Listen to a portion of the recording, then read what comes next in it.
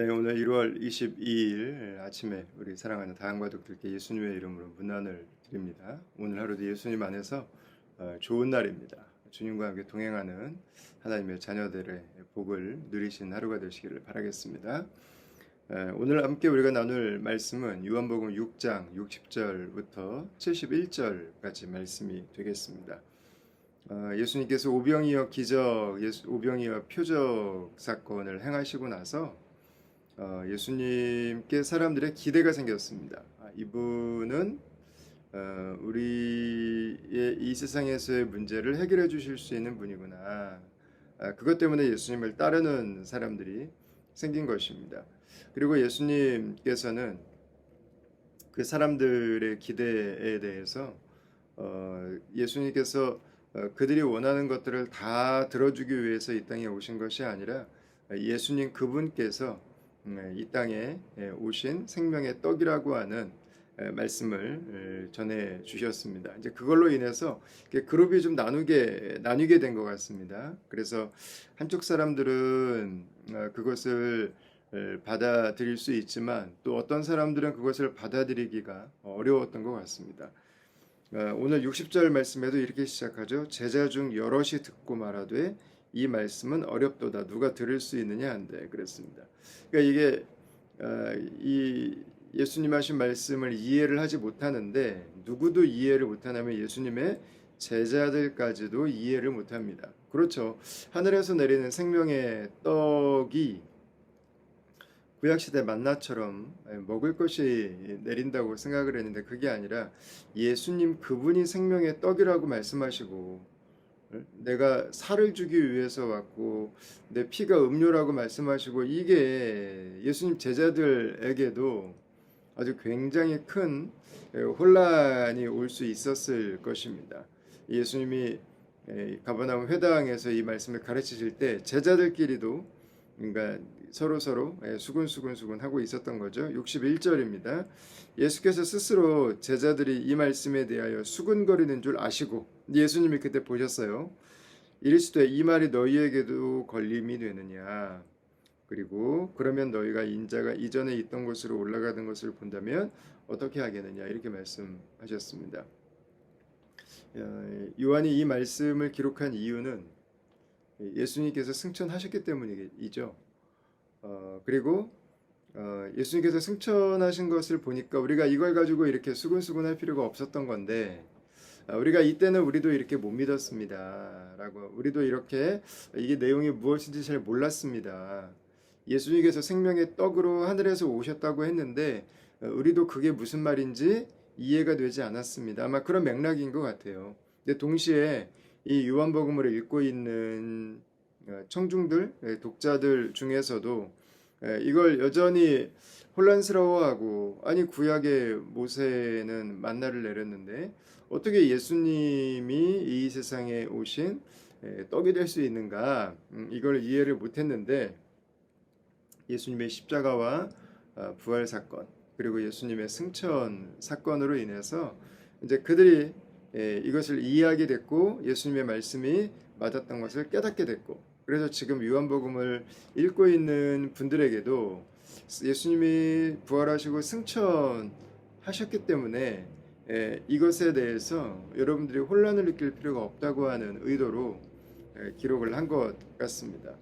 자, 그러면 왜 어떤 사람들은 예수님께서 십자가에 죽으시고 부활하시고 승천하신 것을 보기 이전에 믿고 왜 어떤 사람들은 그 이후에 믿고 왜 어떤 사람들은 믿지 못할까요?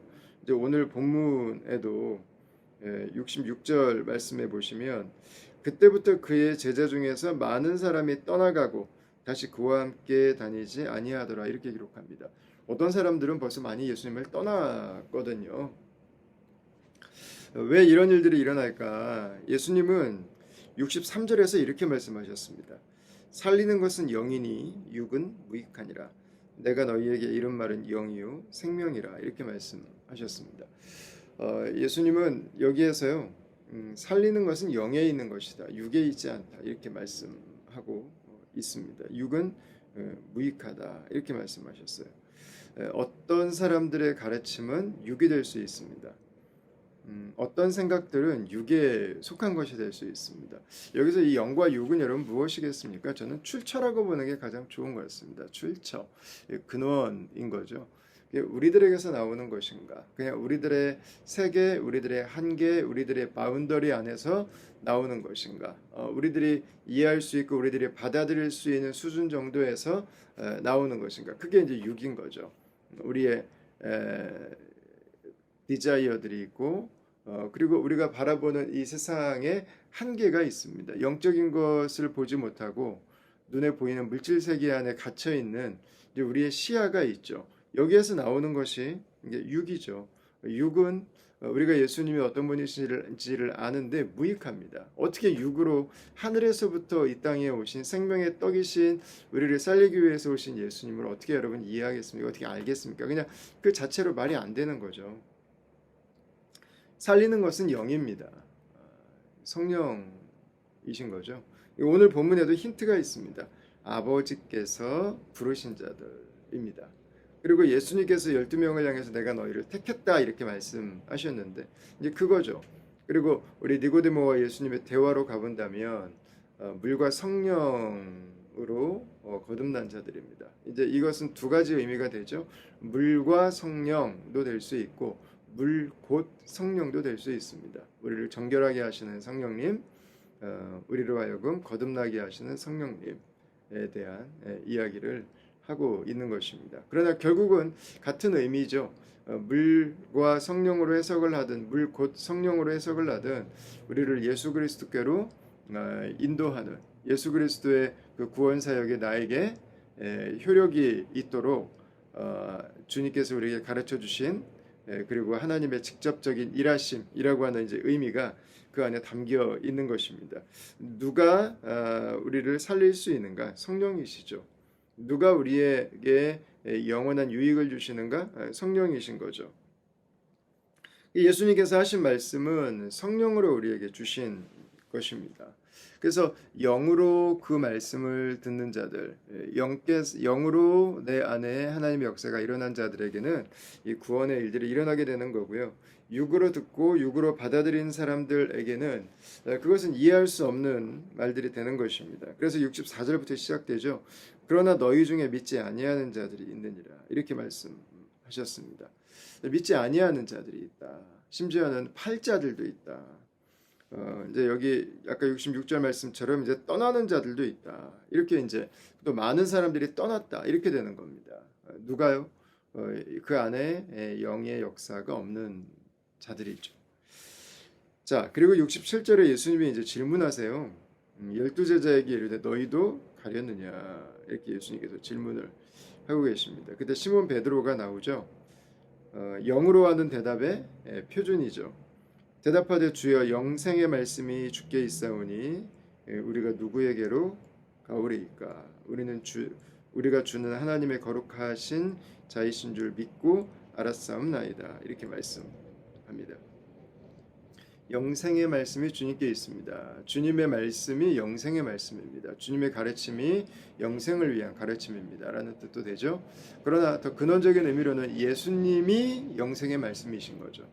예수님께서 영생하도록 있는 구약의 말씀을 성취해서 이 땅에 오신 말씀의 성육신이신 거죠. 예수님께서 우리에게 영생을 주시기 위해서 이 땅에 오신 생명의 떡이시죠. 예수님께서 하늘로부터 이 땅에 오신 하나님의 거룩한 자이시죠. 이제 베드로가 지금 그 고백을 하고 있는 것입니다. 성령으로 이 고백이 가능한 것입니다. 그래서 마태복음 16장에서도 예수님께서 말씀하셨습니다. 이것을 고백하게 하신 것은 하늘에 계신 너희 아버지라고요. 하나님께서 고백하게 하신 것이지 너의 고백이 아니다. 이렇게 말씀하셨죠. 그리고 70절에 보면 육으로 이것을 받아들이는 또 대표자가 나옵니다. 예수께서 대답하시되 내가 너희 12를 택하지 아니하였느냐? 그러나 너희 중에 한 사람은 마귀니라 하시니 이렇게 말씀합니다. 이 말씀은 시몬의 아들 유다를 가리키심이라. 그는 12 중에 하나로 예수를 팔자로라 이렇게 말씀하고 있습니다. 너희 중에 한 사람은 마귀니라. 아주 굉장히 두려운 일입니다. 근데 여러분, 가룟 유다가 예수님을 파는 일을 했다고 이제 요한복음 모든 복음서에다 이제 기록이 되어 있는데, 가룟 유다가 예수님을 팔 때 예수님 앞에서 자신이 지금 마귀를 하고 있다고 생각했을까요? 아니었을 것입니다. 그가 예수님을 따를 때도 그는 옳은 일을 하고 있다고 생각했을 거예요. 그는 꼭 필요한 일을 하고 있다고 생각했을 거예요. 그런데 예수님을 팔 때에도 그는 같은 생각을 했을 것입니다. 여러분, 이 가룟 유다는 좋은 의도를 가지고 했는지 모르겠어요. 자기가 스스로 생각할 때입니다. 자기가 스스로 생각할 때 그는 이게 맞는 것이라고 생각하고 했는지 모르겠습니다. 그런데 하나님께서 보실 때는 마귀의 일이었습니다. 여러분, 이 육적인 것과 영적인 것에 있어서 우리가 분별하는 아주 중요한 그 분기점 중에 하나는 바로 이것입니다. 이것이 주님의 뜻 안에 있는 것인가, 나의 뜻 안에 있는 것인가 하는 것입니다. 가룟 유다는 처음부터 끝까지 자신의 뜻에 충실합니다. 자신의 뜻을 이루기 위해서 예수님을 따랐고, 그리고 자신의 뜻이 좌절됐기 때문에 자신의 뜻을 따라서 또 예수님을 팔게 되는 거죠. 그가 당시에 그 일을 할 때에는 아마 확신이 있었을 거예요. 이것이 최선이라고 아마 그는 생각했기 때문에 이 일을 했을 것입니다. 그러나 결론적으로는 그것은 하나님의 뜻, 그것은 예수님께서 기뻐하시는 일을 한 것이 아니라 그것은 마귀를 기쁘게 하는 일이었다고 하는 것입니다. 물론 하나님께서는 우리의 모든 악을, 우리의 모든 죄를 통해서도 하나님의 뜻을 이루어 가십니다. 그래서 여기에서 가룟 유다가 하는 일이 결국은 예수님이 십자가에 죽기 위해서 이 땅에 오셨으니까 잘했던 거 아닌가? 라고 생각할 수는 없는 것입니다. 하나님의 뜻은 인간의 죄와 인간의 이 악함까지도 포괄해서 결국 하나님의 뜻이 이루어지게 됩니다. 가룟 유다의 죄는 죄입니다. 잘못은 잘못인 것입니다. 하나님께서는 이 모든 일들 가운데서 하나님의 일들을 이루신 것이고, 예수님께서는 이 죄와 불의와 악 가운데서 하나님의 뜻을 향해서 계속해서 나아가셨던 것이죠. 간혹 가다가 우리 주변에서도 가까운 사람들에게 뭐 사탄이다, 뭐 마귀다, 뭐 이렇게 표현하시는 분들이 계세요. 여러분, 그리스도인으로서는 그렇게 표현하시면 안 됩니다. 예수님께서도 이 표현을 하셨지만 십자가에서 예수님이 하셨던 말씀은 저들의 죄를 용서해 달라는 거였습니다. 저들의 죄를 사해 달라는 것이었습니다. 저들이 지금 하는 일이 무엇인지를 알지 못한다는 것이었습니다. 우리가 해야 되는 것은 이 영적인 눈이 뜨이는 것입니다. 그들의 육적인 사고가 열려져서 성령께서 그 안에 일하시도록 간구하는 것입니다. 여러분, 오늘날 우리에게 필요한 것도 바로 이 말씀인 것 같아요. 살리는 것은 영이니. 오늘 말씀을 가지고 우리가 기도한다면 이 영과 영을 따라 살아가는 사람들과 육을 따라 살아가는 사람들이 있을 텐데, 여러분, 이 말씀이 오늘 우리에게 기도 제목이 된다면 하나님, 우리의 영의 눈이 열리게 해주십시오. 이게 기도 제목이 될 수 있기를 바랍니다. 육을 따라 살아가시는 분들이라 할지라도 하나님, 우리가 육을 따르지 않고 우리의 영의 눈이 열릴 수 있기를 원합니다. 하늘로부터 이 땅에 오신 생명의 떡이신 예수님을 우리가 알 수 있기 원합니다. 예수님의 십자가와 그 부활을, 그 승천을 우리가 보고 예수님을 믿고 따르고 신뢰할 수 있기를 원합니다. 그분의 말씀을 우리가 먹고 살아갈 수 있기를 원합니다. 우리가 오늘도 성령으로 살아가기를 원합니다.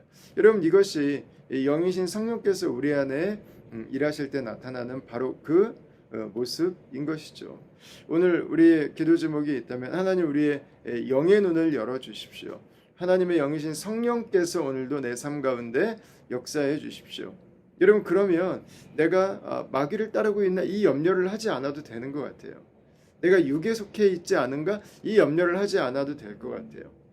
내가 성령께서 내 안에 일하시고 오늘 하루도 성령의 지혜를 구하고 오늘 하루도 성령을 기뻐하고 오늘 하루도 성령께서 우리에게 말씀하시는 것을 따라서 우리가 살아간다면 여러분 하나님께서 원하신 하나님께서 기뻐하시는 그 자리에 바로 그곳에 저와 여러분들이 있게 될 것입니다. 여러분 지금 어느 때보다 참 쉽지 않은 시간들을 보내는데 이 시기를 보내면서 우리에게 필요한 것도 여러분 바로 이것 같습니다.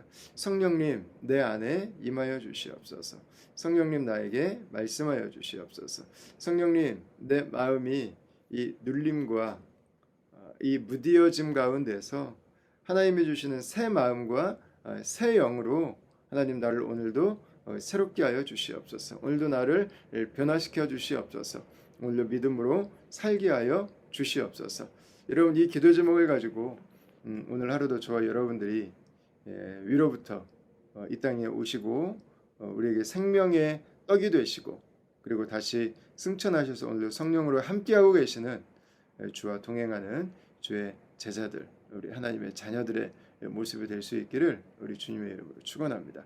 제가 잠시 한번 기도하겠습니다. 하나님 이 시간에 간절히 기도합니다. 오늘 하루도 주의 성령으로 임하여 주시옵소서.